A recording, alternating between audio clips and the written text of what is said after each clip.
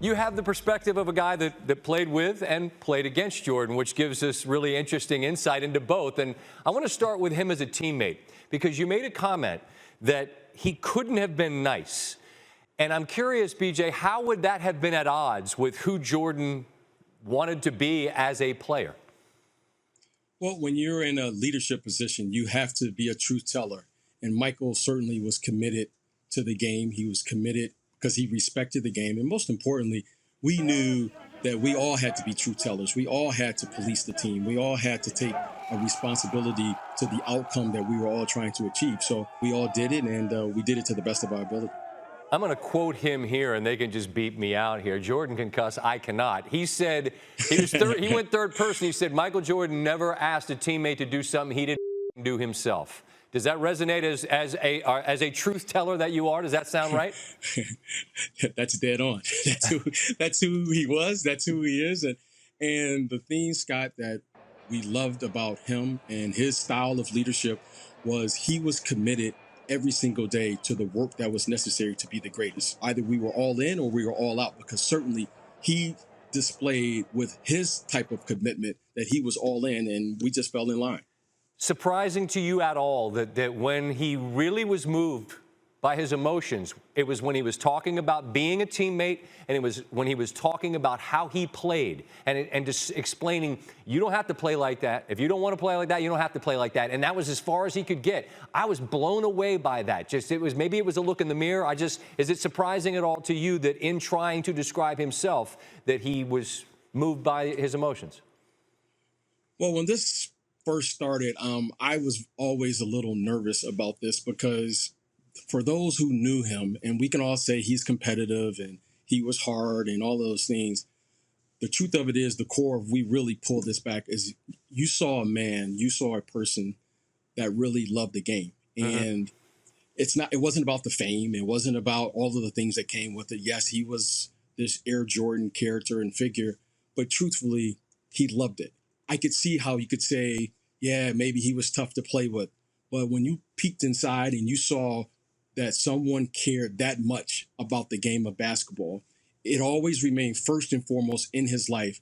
And that is what I knew about him then. That's what I know about him now. So emotionally, I understand that. I understood then what the game meant to him. And I can only imagine what it feels for him to say that, because, none of us no longer can go out there and do what we used to do when we were all young. What are you most grateful for, BJ, that you got out of being part of that, as those title-winning teams when you were there for those three?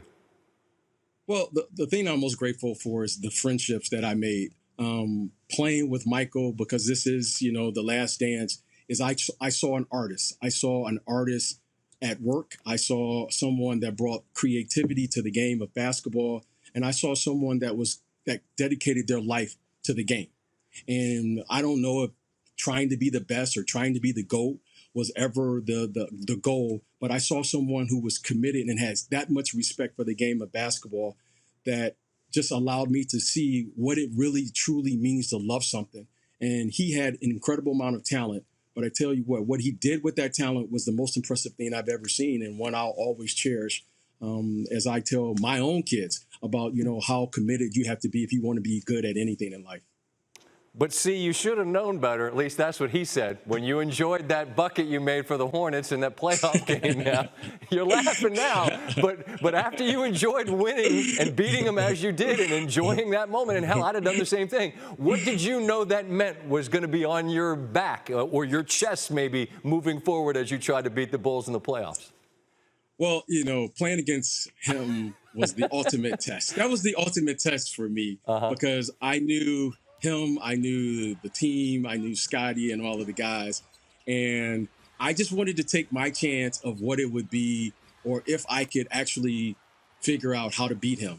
And for one night, though, Scott, we did win for one night. But then, as he always does, he comes back, he makes the adjustments. Yeah, but this ain't Luther, man. This ain't Luther if only for one night, okay? You got to win 4 times, and that's the problem with this guy. And I want to close just with this, because I asked Jeff Van Gundy about it last week, about the slights and whether they're necessary. And whether it's a LeBradford Smith allegedly saying, hey, good game, but then he said it didn't even happen. I found it remarkable that he would look for anything, and you provided it. But Yeah. was that necessary for him to become who he became, on the floor for a night? Well, for most of us, Scott, you achieve something and you have this moment of like achievement. You have this feeling of, yes, I did it.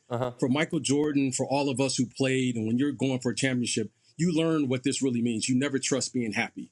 And he was never satisfied with where he was at. He was always caught in the moment, and he always knew the task at hand. The task at hand is always to finish the game. And he is the greatest finisher that I've seen.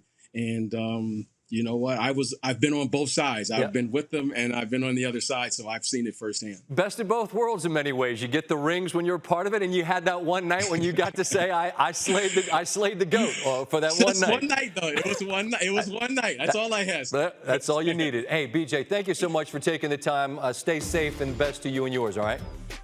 You too. Thank you very much. Thanks for watching ESPN on YouTube. For live streaming sports and premium content, subscribe to ESPN+.